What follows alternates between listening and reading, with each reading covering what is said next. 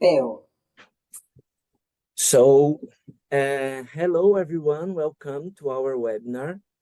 It's a pleasure to have all you here, especially my colleagues, Sylvia Gherardi, Joe Hailin, and Ted Schatzki, to discuss our main question. Is it possible for management to be educational practice?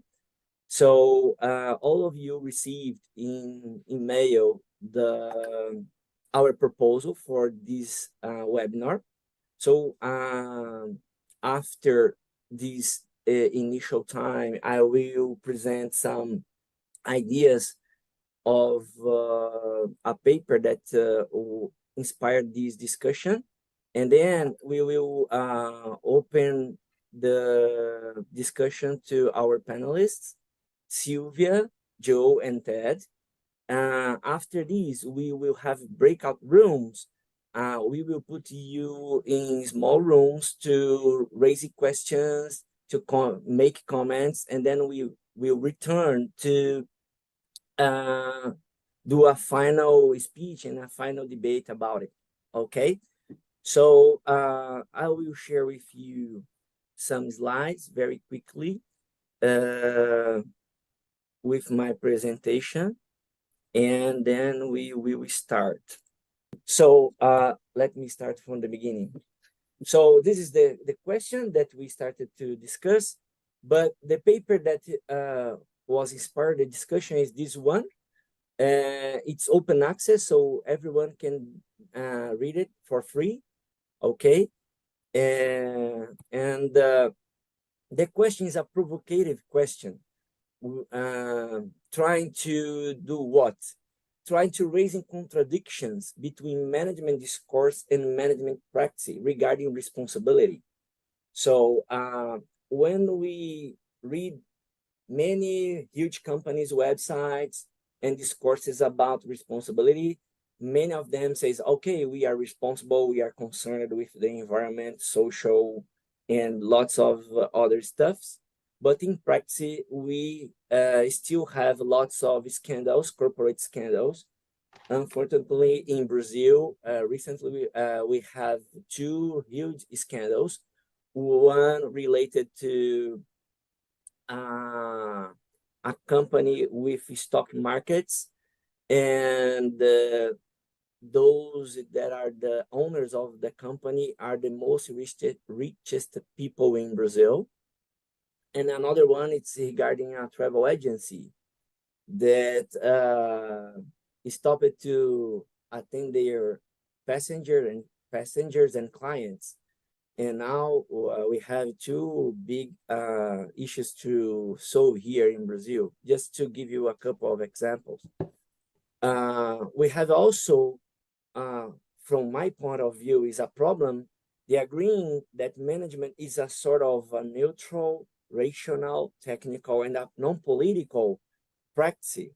And from my perspective, when we understand management this way, we are hiding lots of ideological and lots of values that drives the way that people do management. Okay. And what is the main word that they use to say that management is doing something correct? They use the word efficiency. So in order to achieve efficiency, we are doing or looking for doing a good management. So my question is, what is inside and outside of the notion of efficiency? Okay. And another point that is very important here is the world is is full of comparing values and interests that sometimes that not emerge clearly to everyone to understand these comparing values. Okay. In the case of management, we can say, for instance, the idea of profits. More than this, maximization of profits. This idea, it's always comparing with lots of other stuff that we consider as responsible. So in the paper, the thesis is managing may only managing I using this way because I'm working from a practice-based perspective. So I'm trying to think in management as a process, okay, as something that is happening, doing. That's why I'm using managing. May only be responsible, a responsible practice if it also comprise an educational experience. Education, for me, it's not exactly something scholastic or only scholastic, or either something as Bourdieu used as the reproduction of society, but a reproduction that is domination to dominate, but something more towards Paulo Freire, a transformative perspective of education, okay? And then responsible managing, must be something that enables shareholders and stakeholders to deal with competing priorities wisely to achieve a sort of common good. Common good is the term that I use here, but I'm not, I say that I know that many people are concerned with this notion of common good, but it comes from this other idea, the idea of phronesis, or in English, practical wisdom. So phronesis, also known as practical wisdom, is what? Is the ability to see the common good and put it in practice, okay? So practical wisdom is significantly related to the governance of human affairs, and it involves acting upon wise judgments when faced with competing priorities. So, to thinking about a responsible managing, we need to tackle comparing priorities. What we will put first to think a good way to do management or managing, okay?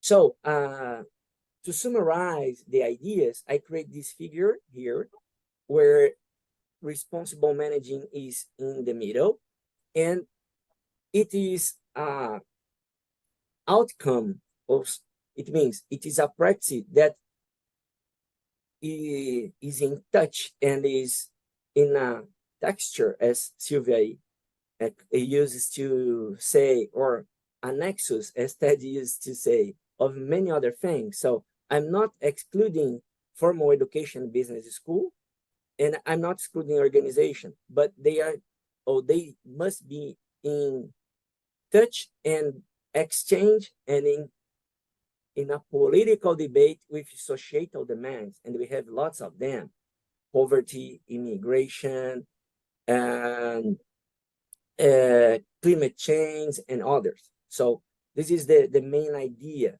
that I have in mind. Okay, so to start, this is my initial reflection.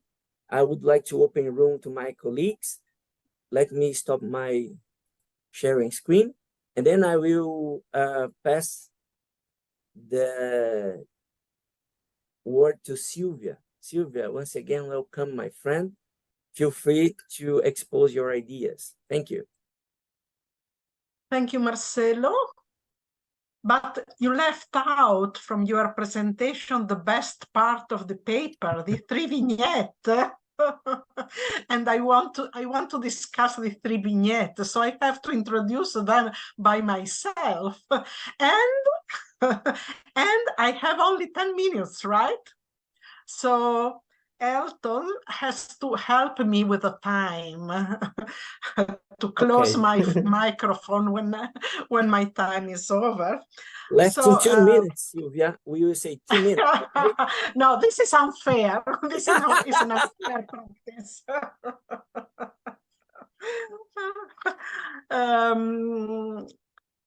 I will try to summarize what can be taken as a common understanding between Marcelo and me, starting from his paper, so that for sure I welcome the idea that we have to move from management as a field of knowledge, rational, universal, and so on, to managing as processual, collective, and situated practices in the plural.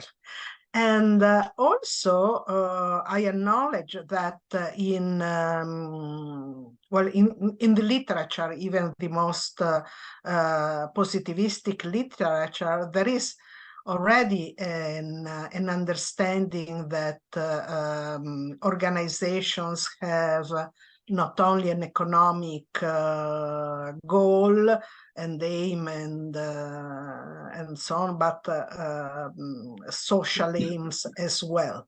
And just to mention the triple bottom line as an accounting framework that should, in principle, sustain sustainability. Well, there you find an accounting system where social, environmental, and financial factors should be present and accounted for. So in a sense that I don't know if social effects and educational effects are the same thing, are similar, or different. This I leave it to Marcelo. For sure, business education is the aim of business schools, both formal education, informal one, and then business school have educational practices, should have educational practices. I recognize this as, so to say, proper educational practices who should achieve an educational aim for managers and maybe also for society. But if you look at our society today, it's evident that business schools have educational practices with a very poor result, or the other way, because they educate manager for a capitalist system cannot do differently. They teach to the student that profit is the main responsibility of managers, so it's not a surprise.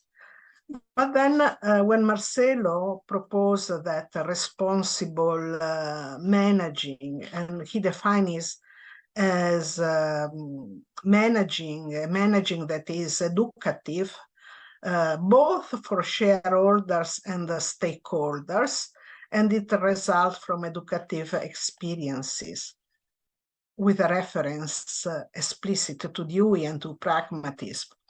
I don't know much about educational experience, but then I want to ask Marcelo how to look at educational practices, from the outside as a set of practices that are intentionally aimed at producing educative experiences. And this is the realm of educational organization and educational institutions. Or would you like to look at educational practices from the inside, so that education is a potential outcome of practicing? Of course, you can look at both from the outside and from the inside, maybe with different methodologies, and also maybe with different pedagogic intention, effect, and institutionalization. Because if you consider a practice like a collective knowledgeable doing, within a practice there is some knowledge that is kept, that is transmitted, that has pedagogic intention, so that all the practices can be denominated educational.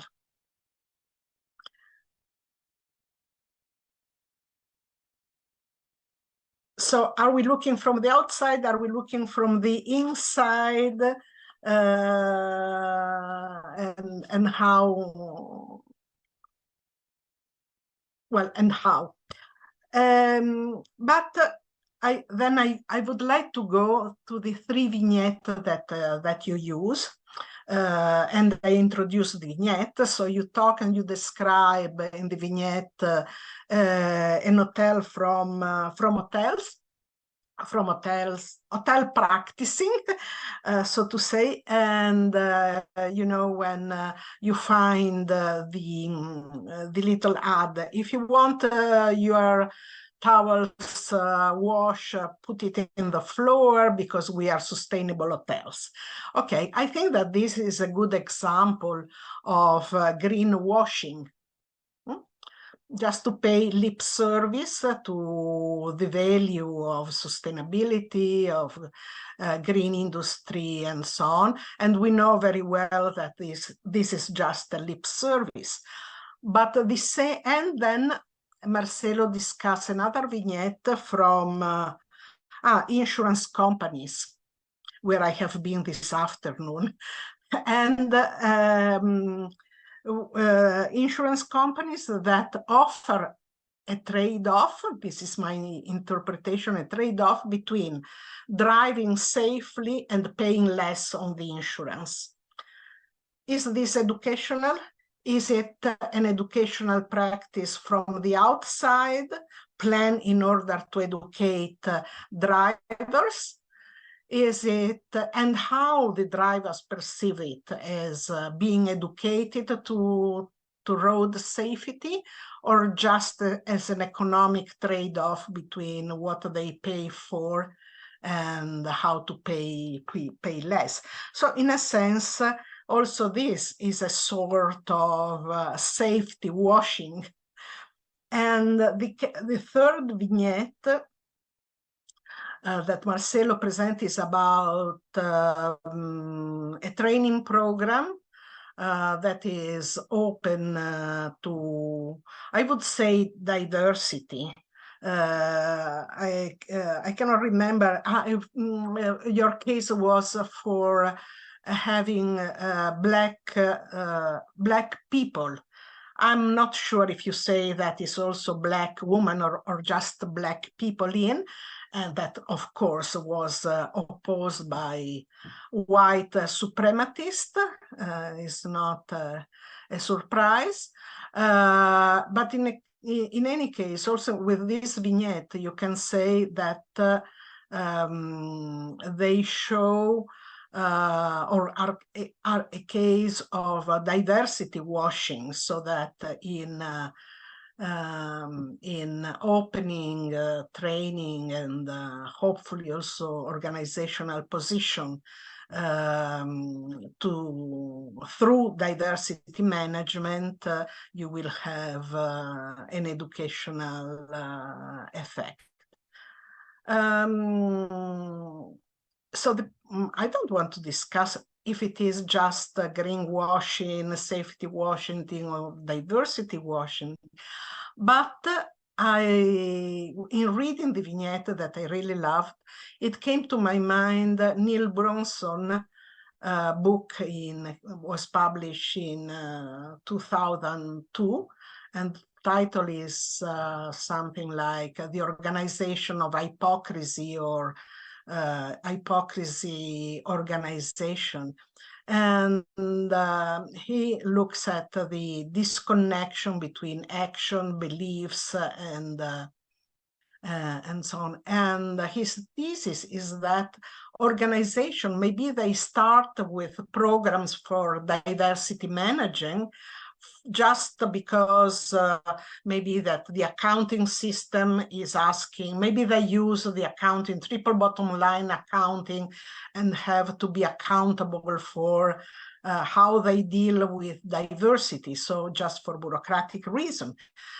In the long term, maybe that what was initiated out of paying lip service to these values so done for hypocrisy, in the long term becomes an educational effect, or that they found a good and ethical reason for doing it, while in the beginning was just managing from hypocrisy. And I think that this point is relevant because means that you can manage inconsistencies, or you call it contradictions in the first line of your presentation, Marcelo, so that management can be done through conflict and hypocrisy rather than control. So it's a way, it's an organizational way to give away control and to fill the gap, fill the inconsistencies through conflict or hypocrisy. So I stop here. I hope that I have been not too long. Yeah, in time. Thank you. Thank you for your paper, Marcelo. And thank you for your thoughts, Sylvia. I will move it to Joe, and then in the end we can discuss all together, okay? So Joe, welcome, my friend. Thank you. Thank you. I have I have some slides, so I'm going to share them now.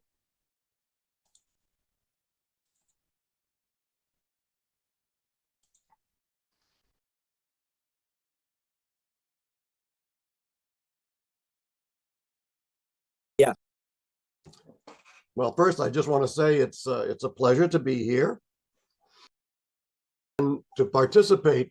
I don't know if people realize we've got two of the preeminent scholars and architects of practice theory with us here, Sylvia, and then after me, it's going to be Ted. So it's a real pleasure to participate with them as well.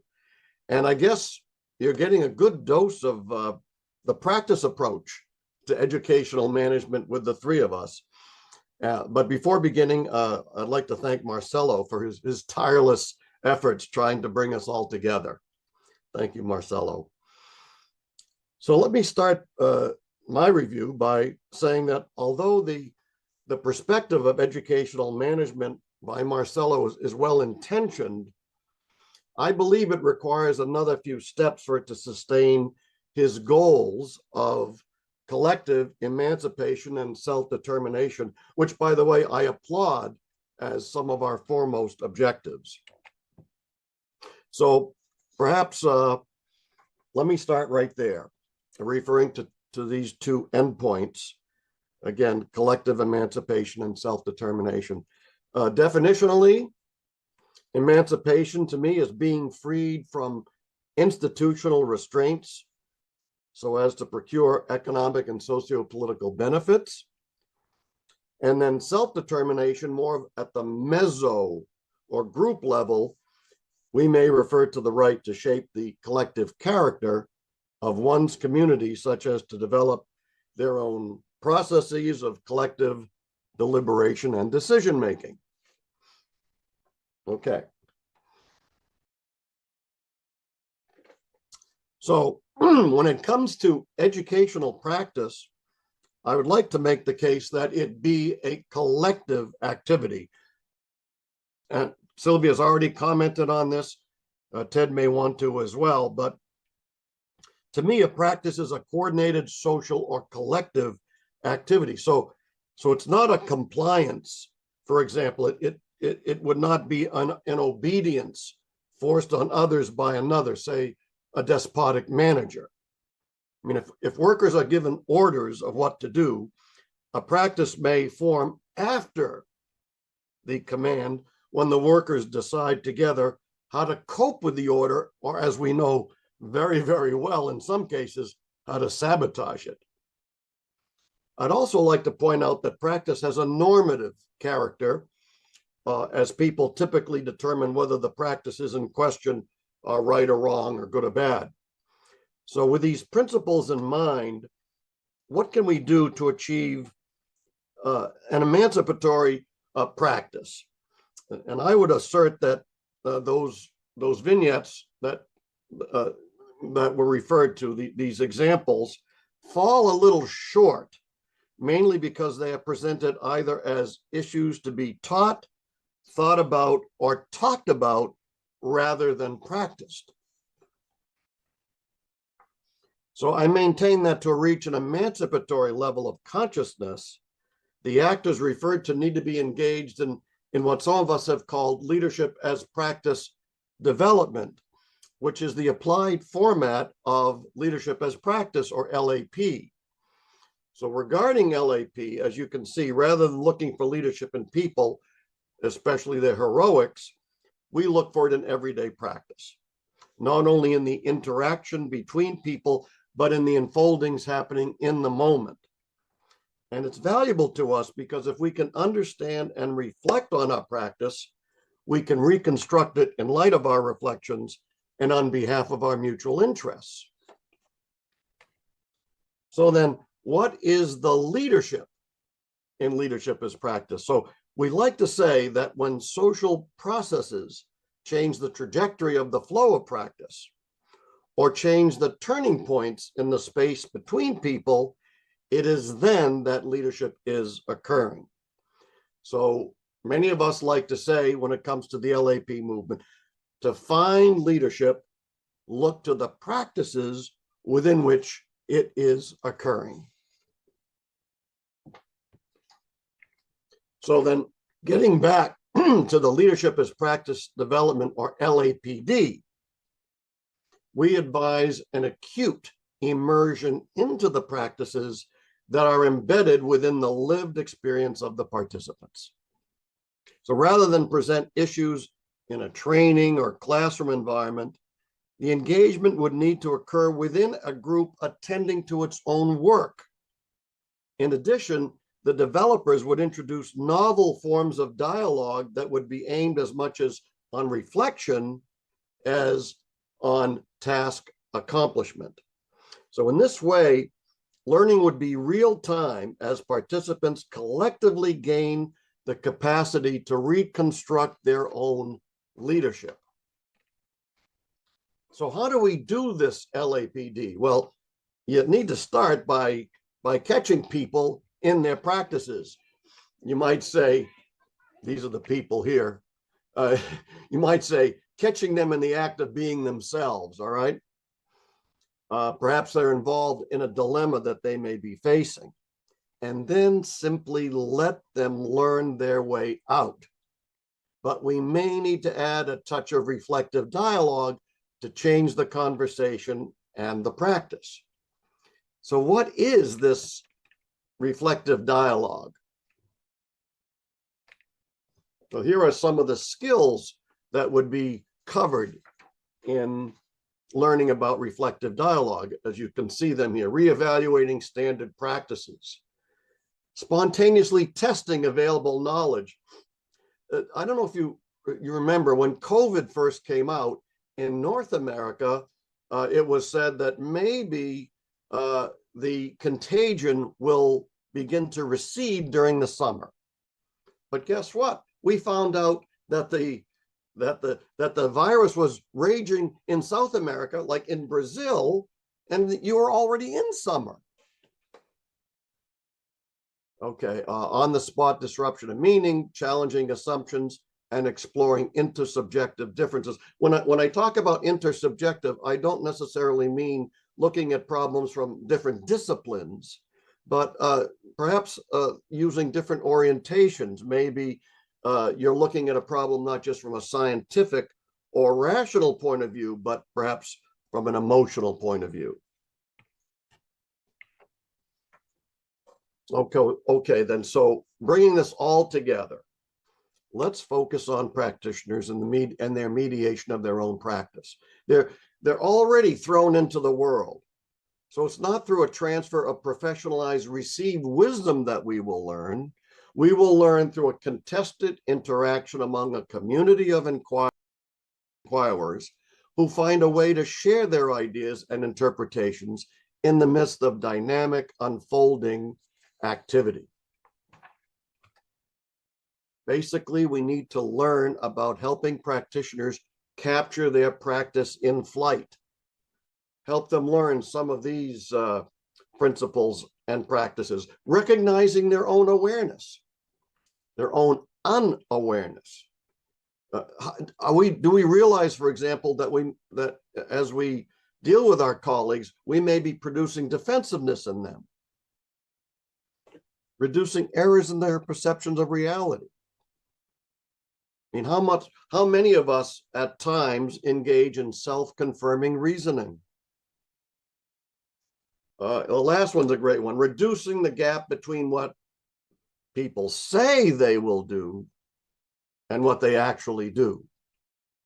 Have any of you had the experience of having a supervisor that says to you, "My office is always open"? Is it really?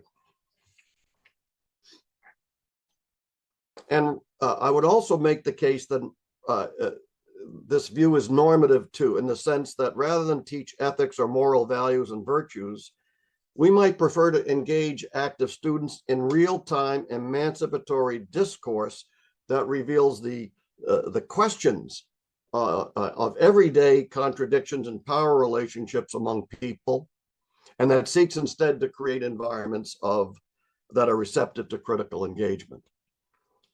In the sense, then, we would create values and virtues not through some kind of transcendental truths out there, but through our social practices, making them actionable.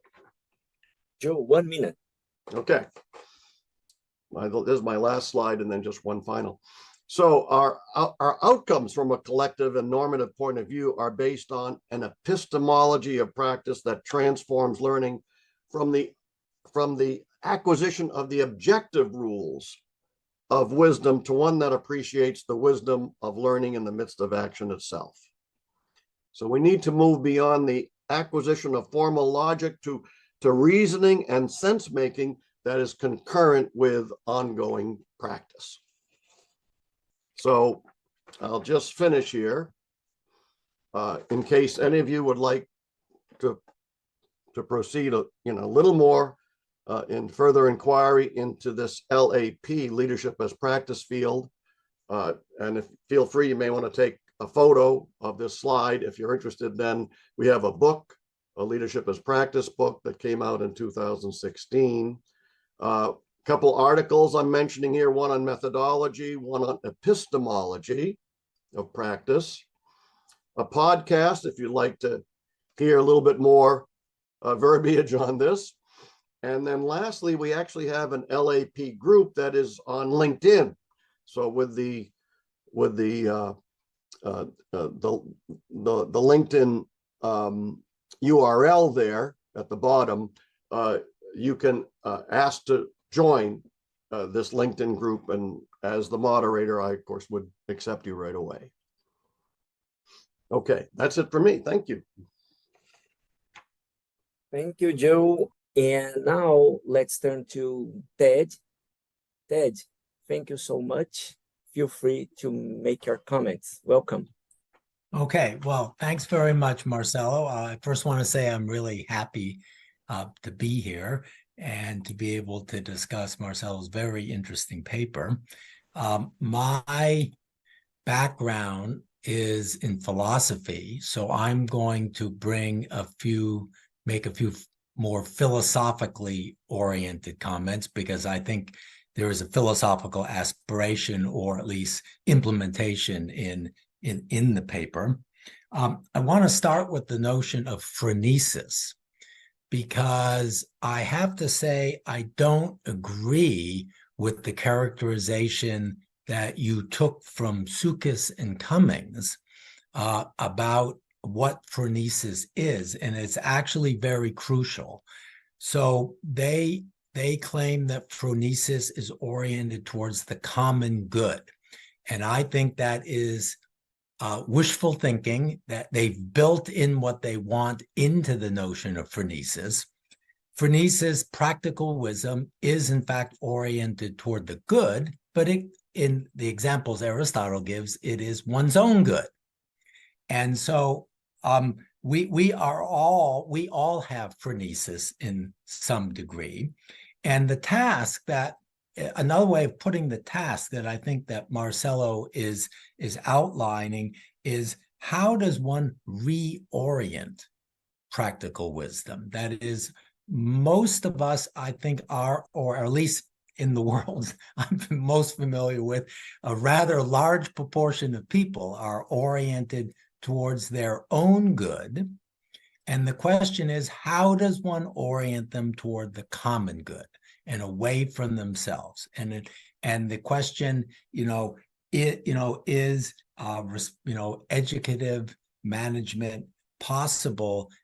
Rests partly on the issue, can phronesis be reoriented in this way, and what's involved in it? And true to the very broad Aristotelian tradition, Marcelo emphasizes practices and experiences, that what we have to give people are practices and experiences, and that is a means whereby this reorientation might occur. So Joe addressed some of that and sort of filled that in a little bit about what that might look like. And the hope is that, in another way of putting what the hope is how do we get the right sorts of person? That is, ones who put the common good prior to their individual good. And so management certainly can, in principle, be educative to address the question. That is, it can, in principle, give people the right practices and experiences. And so the answer to the question has to be yes, in principle. And I keep saying in principle because, of course, the world often pulls in a different direction. And thus, your examples, I have to say that, unlike Sylvia, I took the people in the third example as sincere, but maybe that's naive, and maybe we should, see, not just greenwashing, but value washing in all sorts of actions. My interest was actually in the second example, because I thought there was sort of a progression in the three examples. And the third one is right on the line for me, because in the driver insurance example, one's, in a sense, incentivizing good behavior. And so it's a question of incentivizing instrumental behavior is what is going on in this example. But it's on the edge. It can be read also more in the way that Marcelo wanted to read the third example. But okay, so now I want to raise a couple questions, because we have the idea that management can be educative if it gives people practices and experiences. And of course, that's a whole separate discussion, what's meant by experiences here. If it gives people the right ones, then they may, they might, act in the manner we want them to. But one issue is, and this is now Marx's third thesis on Feuerbach, is what about educating the managers? How does that work? And that's, everyone's addressed that issue in a different one way or other, including your article, is, what type of education should they receive, which in order that their management would be of the educative sort. So that's just a general question. And I suppose the answer is give them the right practices and experiences, but that's sort of an open question about exactly how that works in a more formal educational setting. But here are a couple tougher questions. How does one know which common good to pursue? Very slippery term, the common good.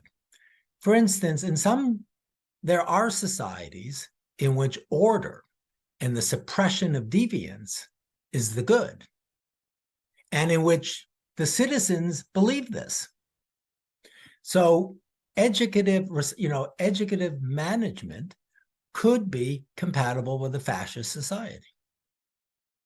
And they would just, orient differently than one would in a democratic society.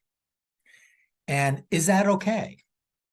Now, I sensed at one point that Joe wanted, in a way, to build the norms into the notion of a practice. And that's also something that Alistair McIntyre has attempted. So that may be a general way of addressing this issue, as opposed to saying that, it's not arbitrary, but it's just contingent in a way, what values, what norms are upheld in practices, including practices of educative management. But then another question of this ilk, and this is the last thing I'll say, another question of this ilk, which actually applies to a great number of societies, including democratic societies, is what happens when you have a plural or divided society with multiple ideas of the common good, which are then the subject of political conflict. So currently, the country I call home, the United States, is possibly moving in that direction. Maybe not, but nonetheless, one can, and there are other countries that way too, I think represented here, that know very well the situation. And so what happens here, because you suddenly, educative management as a public practice available to all becomes a site of potentially severe conflict. And does that alter sort of what it should consist in? Should it try to accommodate that? Should it try to avoid it, or what? And so I don't know the answers to those questions, but the starting with phronesis and the common good sort of ultimately points me in that direction. So thanks very much. Thank you, Ted. Very nice. Thank you so much.